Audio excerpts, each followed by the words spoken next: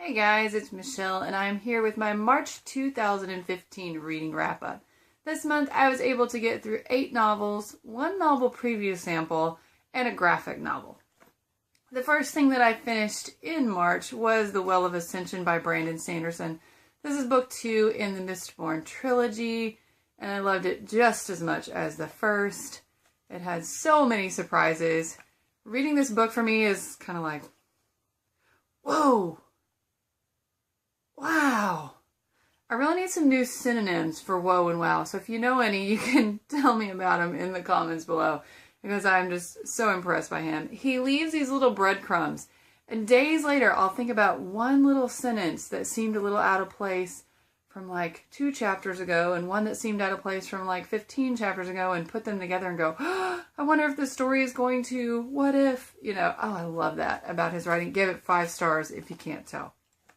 Can't wait to read book 3 in April. In fact, I think I'm going to start it today, even though there are a couple of days left in March. I can't help myself. All right, next up, I read what turned out to be a sample of a book. I thought it was the whole book based on the way it was named on Kindle's website. It says that it's book 1, but it turns out it's a free sample, and the one that looks like a free sample is actually the entire book.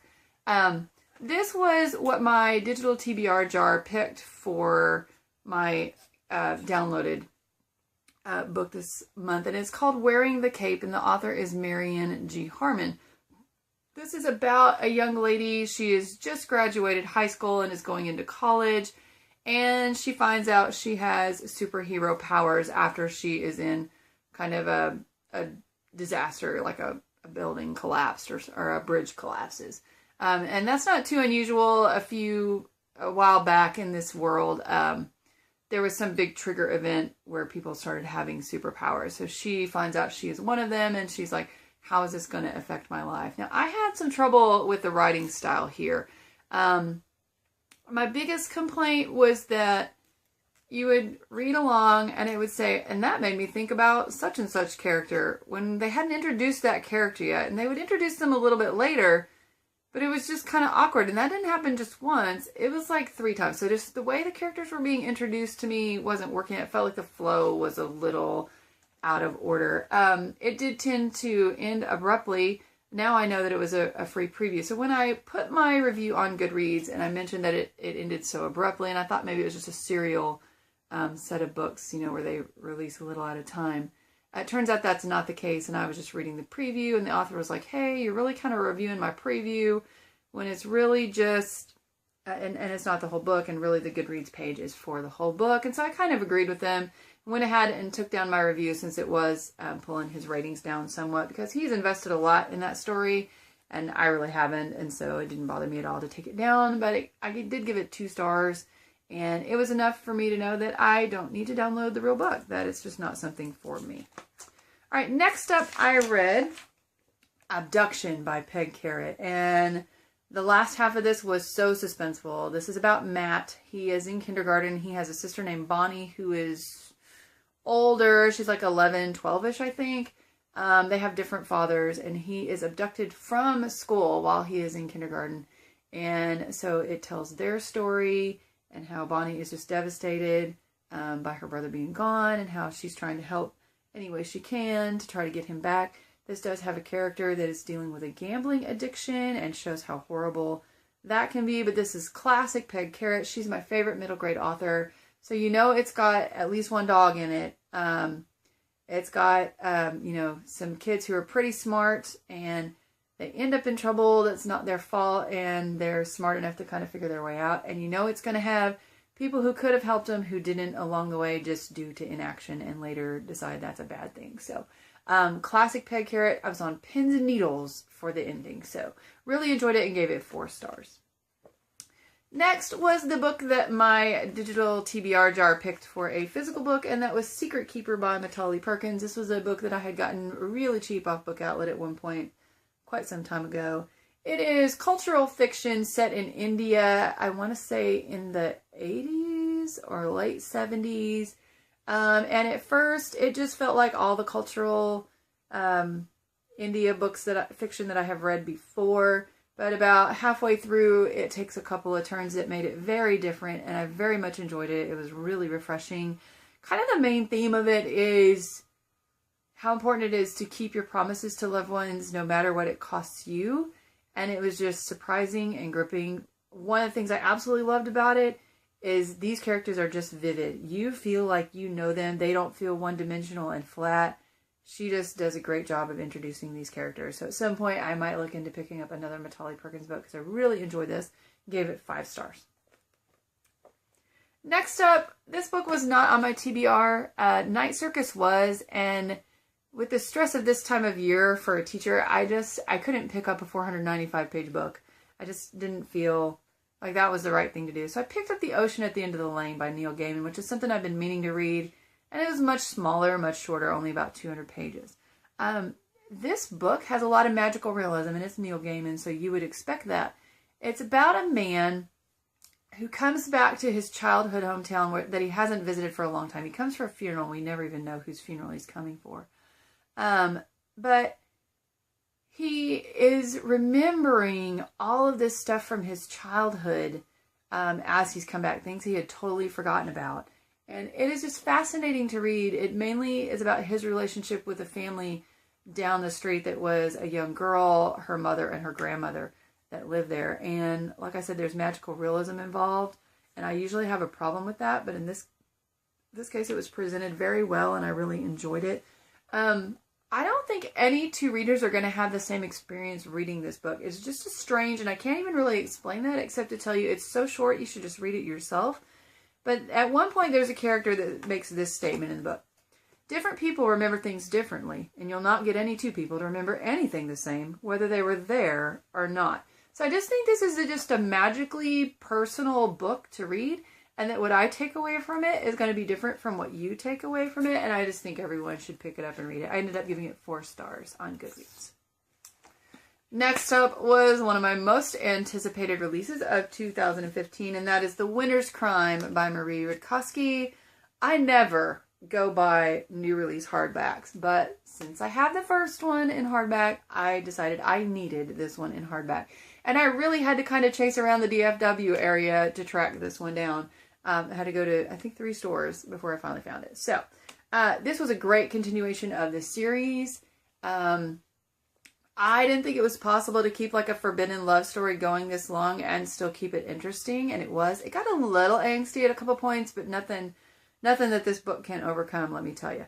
There were a lot of new characters in here, and some of your old characters showed up again, but as minor roles, and I think they're going to come back strong in the 3rd book, and so I'm looking forward to that. But one of the new characters in here is my favorite character to hate in a book ever. Yeah. They were mentioned in the 1st book, but oh my gosh, when you meet them. Now, I do need to warn you that this book contains some torture. It is very unpleasant at times. So if you have any kind of like physical violence trigger or anything like that, you might want to steer clear of this one. The ending had some developments I never saw coming. Yeah, just blown away, just like the 1st book. Can't wait for the 3rd book. Gave it 5 stars. All right. Next up, because I didn't want to read anything uncomfortable again, I picked up The Enchanted by Renee Denfeld. I had focused on the part of the synopsis where there's a guy in prison and he escapes and says it's a magical place because of the books that he reads while he's there. Failed to pay too much attention to that whole in prison part. And so there are lots of parts of this book that were very uncomfortable, but guys, this is so beautifully written. It made me think about so many things I had never even pondered for a second before, and I love that in a book. Your narrator is unreliable. He is not named, but you know he has mental illness, and so you can't trust everything that he's telling you. And some of the things that he tells you present magical realism into the book, but because you know it's in his mind, and you know his circumstance, it works so wonderfully, so wonderfully. Interesting writing mechanic that she used in this book. Characters who are like monstrous or bad guys have actual names, like they have a first name or something. Everyone else is kind of called by their role. So for instance, the warden, who is actually a good guy, is always referred to as the warden. There's a guy who is a priest who ministers to some of the prisoners, and he is known as the priest. And then there's an investigator who comes in to try to kind of put a human side to death row inmates to try to get them off of death row. And she's known as the lady because she's not a monstrous individual. So I just thought that was an interesting writing mechanic. And this book was just more than I can talk about here. Obviously, there are trigger warnings for this book. If any kind of abuse is a trigger for you, I would steer clear of this, or any kind of violence or anything doing with mental illness or harming other. Yeah, just you'd want to stay away from this one. But it is just so well written, and this might be the first book that I ever do a full book review on, film one. So I'm considering it. We'll see. I gave this 5 stars, and it went on my favorite shelf, and it's fabulous. All right. So, wanting to get away from the whole violence, gruesome thing, logically, what you would pick up next is a graphic novel about a detective who can eat things to discover information about them. Because there's nothing gross about that. Oh, yes. Okay, so maybe not the best thing to pick up. Luckily, it's very short. And I absolutely love this. The author is John Layman. The illustrator, I believe, is Rob Giori. The artwork in here is super fantastic. I'll try to put a few clips of it up here. Your eyes go right where they need to go. And there is lots of detail in these pictures, but it's not super important.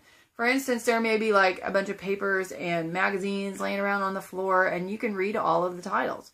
But you don't have to, and it's not important to the story, but it's interesting if you want to invest the time to do that. In this world, the FDA is the most powerful law enforcement agency because chicken has been outlawed due to aviary bird flu. So instead of Homeland Security being kind of the big security bulldogs and watchdogs and being the ones who call all the shots, it's the FDA, and that's who our detective Tony Chu ends up working for. This was funny, it was gross, it was disgusting, but it was interesting at the same time. The detective story is just kind of sort of classic, sort of tongue-in-cheek. I don't know, I can't describe it and do it justice, but it's fabulous. I gave Saga 3 out of 5 stars. I gave this 5 out of 5 stars, and I've already ordered the next 2 volumes, and they're on their way to my house as we speak. Alright, next I really did want to get away from anything gruesome, so I decided to pick up Slammed by Colleen Hoover, and this is a romance novel, and it's the one I put on my list for the 2015 Read Harder Challenge for a romance novel. The story follows Lakin. She has just turned 18, she has 1 year left in high school, and her family has moved from Texas to Michigan because her father has passed away, and her mother has found a job as a nurse in Michigan. They move in, and across the street is an interesting guy who's about 3 years older than her. They end up hitting it off right away, instant fireworks, and they go on a date, and 3 days later find out there's a reason they cannot date each other. It was not what I expected as far as that reason, and Colleen Hoover just has this wonderful ability to break my heart, mend my heart, break my heart, mend my heart, over and over and over. And I want her to do this. And I don't understand it, but she does it beautifully and perfectly. And I gave this 4 stars out of 5. Next, I read an advanced reader's copy that I got digitally from NetGalley, and the publisher is Flux Books. And this is What Remains by Helene Dunbar. And this was on my most anticipated for 2015 list. When it came up on NetGalley, I requested it and got it and was so excited about that. It's about 3 young people who are best friends. There are 2 guys and a girl. The guys kind of watch out for her because she does not have the best home life, and that causes her to sometimes make bad decisions, and she sometimes needs to be picked up from places she shouldn't have ended up and things like that. So they're always on the lookout for her. And they are riding along in a car, and there's an accident, and she is killed. And the guy who is driving is Cal, and his heart is damaged in the accident, and he gets a heart transplant. So he's grieving, and he feels guilty. He feels like he killed Lizzie, and Spencer's trying to help him through this, the other part of the triangle of good best friends. And that part of the story was great and fabulous, and I loved how it explored using a counselor to help work through that grief and things of that nature. There was a part where I thought it was getting paranormal, but in the end there is a lot more logical explanation for it. And so I loved how that turned around. But the thing that really sold me on this book is some of the characters are struggling with their sexual identity, and the choices they end up making fall in places on that spectrum that are atypical. And I just applaud this book for that. I think this is a type of thing that some young people need to read and need to see that is not out of the realm of normal and that kind of thing. So I ended up giving this 5 stars. It is well written. I did feel a little distant from the characters at a couple of points during the book, but overall a 5-star book. Really enjoyed it. All right, that was my March. Thank you so much for watching. If you've read any of these, I'd love to hear your comments. If you're going to pick them up because of what I said, I'd love to hear your comments. What did you read in March? Thanks so much for watching, and happy reading.